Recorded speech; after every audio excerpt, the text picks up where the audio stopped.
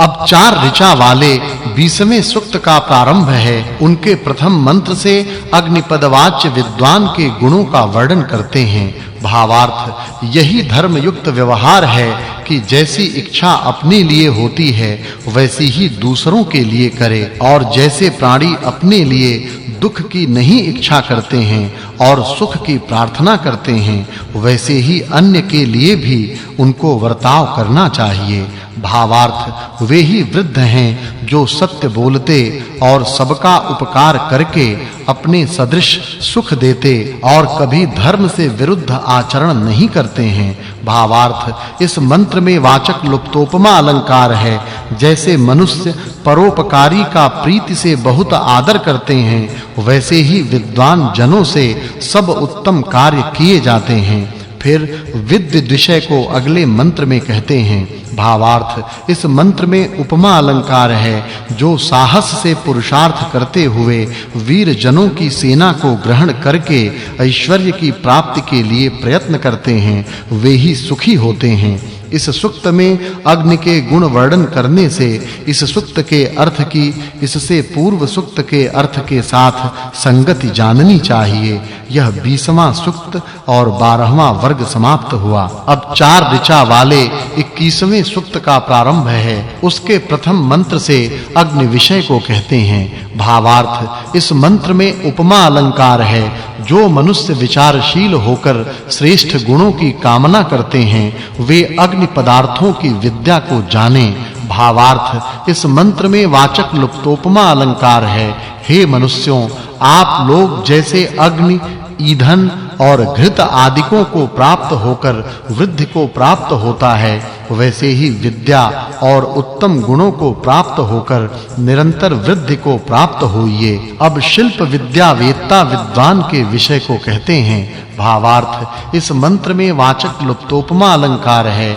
जो जन अग्नि से दूत कर्म अर्थात नौकर के सदृश काम कराते हैं वे सब स्थानों में प्रशंसित ऐश्वर्य वाले होते हैं। फिर विद्वद विषय को कहते हैं। भावार्थ जो मनुष्य विद्वानों के संग से कार्य और कारण स्वरूप सृष्टि अर्थात सत्व, रज और तमोगुण को साम्यावस्था रूप प्रधान को जान के कार्य को सिद्ध करते हैं वे सृष्टि के क्रम को जान के दुख को कभी नहीं प्राप्त होते हैं। इस सूक्त में अग्नि और विद्वानों के गुण वर्णन करने से इस सूक्त के अर्थ की इससे पूर्व सूक्त के अर्थ के साथ संगति जाननी चाहिए। यह 21वां सूक्त और 13वां वर्ग समाप्त हुआ। अब 4 ऋचा वाले 22वें सूक्त का आरंभ है। इसमें अग्नि विषय को कहते हैं। भावार्थ मनुष्यों को चाहिए कि धार्मिक जनों का ही सत्कार करें, अन्य जनों का नहीं। भावार्थ इस मंत्र में वाचक् लुप्तोपमा अलंकार है। जैसे यज्ञ करने वाले यज्ञ को पूर्ण करते हैं वैसे ही अग्नि शिल्प विद्या के कृत्य की सिद्धि को पूर्ण करता है। भावार्थ मनुष्यों को चाहिए कि सदा ही विद्वानों के संग से पदार्थ विद्या का खोज करे। भावार्थ जैसे पुरुषार्थी मनुष्य सबकी वृद्धि करते हैं और उपदेशक जन सब जनों को पवित्र करते हैं वैसे ही सब मनुष्य आचरण करें। इस सूक्त में अग्नि के गुण वर्णन करने से इस सूक्त के अर्थ की पूर्व सूक्त के अर्थ के साथ संगति जाननी चाहिए। यह 22वां सूक्त और 14वां वर्ग समाप्त हुआ। अब 4 ऋचा वाले 23वें सूक्त का आरंभ है। उसके प्रथम मंत्र से अग्निपदवाच्य वीर के गुणों का उपदेश करते हैं। भावार्थ जिसकी विजय की इच्छा होवे वह शूर वीरों की सेना उत्तम प्रकार शिक्षा की गई रखे और वीर रस के उपदेश से उत्साह दिलाकर शत्रुओं के साथ लड़ावे।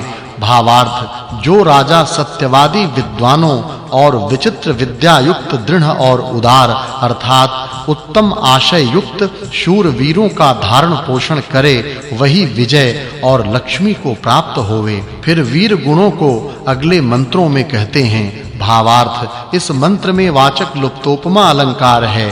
हे राजन, जो राज्य की उन्नति में प्रीति करने वाले और धर्मिष्ठ भृत्य आपको प्राप्त होवें उन सबका सत्कार करके निरंतर रक्षा करो। भावार्थ जो मनुष्य पूर्ण शरीर और आत्मा के बल को धारण करते वे सबके लिए सुख दे सकते हैं। इस सूक्त में अग्नि के वर्णन करने से इस सूक्त के अर्थ की इससे पूर्व सूक्त के अर्थ के साथ संगति जाननी चाहिए। यह 23वां सूक्त और 15वां वर्ग समाप्त हुआ। अब 4 ऋचा वाले 24वें सूक्त का आरंभ है। उसके प्रथम मंत्र में अग्निपद वाच्य राज विषय को कहते हैं। भावार्थ हे राजन, जैसे परमात्मा सब में अभिव्याप्त सबका रक्षक और सबके लिए मंगल दाता, सब पदार्थों का दाता और सुखकारी है, वैसे ही राजा को होना चाहिए। अब अग्निपदवाच्य विद्वान के गुणों को अगले मंत्र में कहते हैं। भावार्थ सब प्रजा और राजजनों को चाहिए कि राजा के प्रति यह कहें कि आप सब अपराधों से स्वयं पृथक होके और हम लोगों की रक्षा करके विद्या का प्रचार और धार्मिक मित्रों के लिए सुख की वृद्धि करके दुष्टों को निरंतर दंड दीजिए। इस सूक्त में अग्निपदवाच्य ईश्वर अर्थात राजा और विद्वान के गुण वर्णन करने से इस सूक्त के अर्थ की इससे पूर्व सूक्त के अर्थ के साथ संगति जाननी चाहिए। यह 24वां सूक्त और 16वां वर्ग समाप्त हुआ। अब 9 ऋचा वाले 25वें सूक्त का आरंभ है। उसके प्रथम मंत्र में अग्नि विषय को कहते हैं। भावार्थ जैसे विद्वानों का श्रेष्ठ पुत्र विद्वान होकर तथा लोभ आदि दोषों का त्याग करके पितृ आदिकों को सुख देता है, वैसे ही अग्नि उत्तम प्रकार सिद्ध किया गया सबको सुख देता है। अब अग्नि दृष्टांत से राज विषय को कहते हैं। भावार्थ जिस राजा का यथार्थ वक्ता जन सत्कार करें वही निरंतर राज्य की रक्षा और वृद्धि करने को योग्य हो। अब अग्नि सादृश्य से विद्व विषय को अगले मंत्र में कहते हैं। भावार्थ जो उत्तम बुद्धि की इच्छा करते वा उत्तम बुद्धि को अन्य जनों के लिए देते हैं वे ही सब लोगों से सत्कार करने योग्य हैं। भावार्थ हे विद्वानों जो अनेक प्रकार का अग्नि आप लोगों से जाना जाए अर्थात अनेक प्रकार के अग्नि का आप लोगों को परिज्ञान हो तो क्या-क्या सुख न पाया जाए। भावार्थ हे मनुष्यों उन लोगों का ही आप लोग सत्कार करो जो सबको विद्वान और धार्मिक करते हैं। भावार्थ हे विद्वानों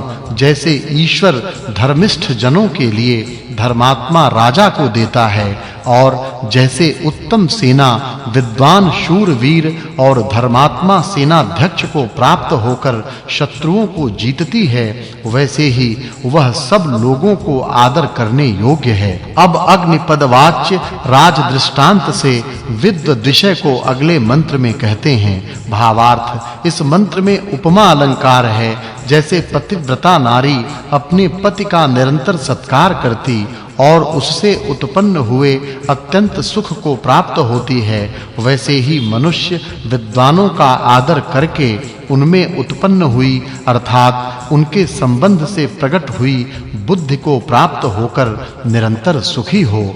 अब मेघ दृष्टांत से विद्व विषय को अगले मंत्र में कहते हैं। भावार्थ इस मंत्र में उपमा अलंकार है जो मेघ के सदृश गंभीर शब्द से गूढ़ अर्थों के उपदेश देते और बिजली के सदृश पुरुषार्थ करते हैं वे संपूर्ण सुखों को प्राप्त होते हैं। फिर विद्व विषय को अगले मंत्र में कहते हैं। भावार्थ इस मंत्र में उपमा अलंकार है। जैसे बड़ी नौका से समुद्र आदि के पार सुख पूर्वक जाते हैं वैसे ही विद्वानों के संग से सब दोषों से साधारणपन से दूर को प्राप्त होते हैं। इस सूक्त में अग्नि और विद्वानों के गुणों का वर्णन होने से इस सूक्त के अर्थ की पिछले सूक्त के अर्थ के साथ संगति जाननी चाहिए।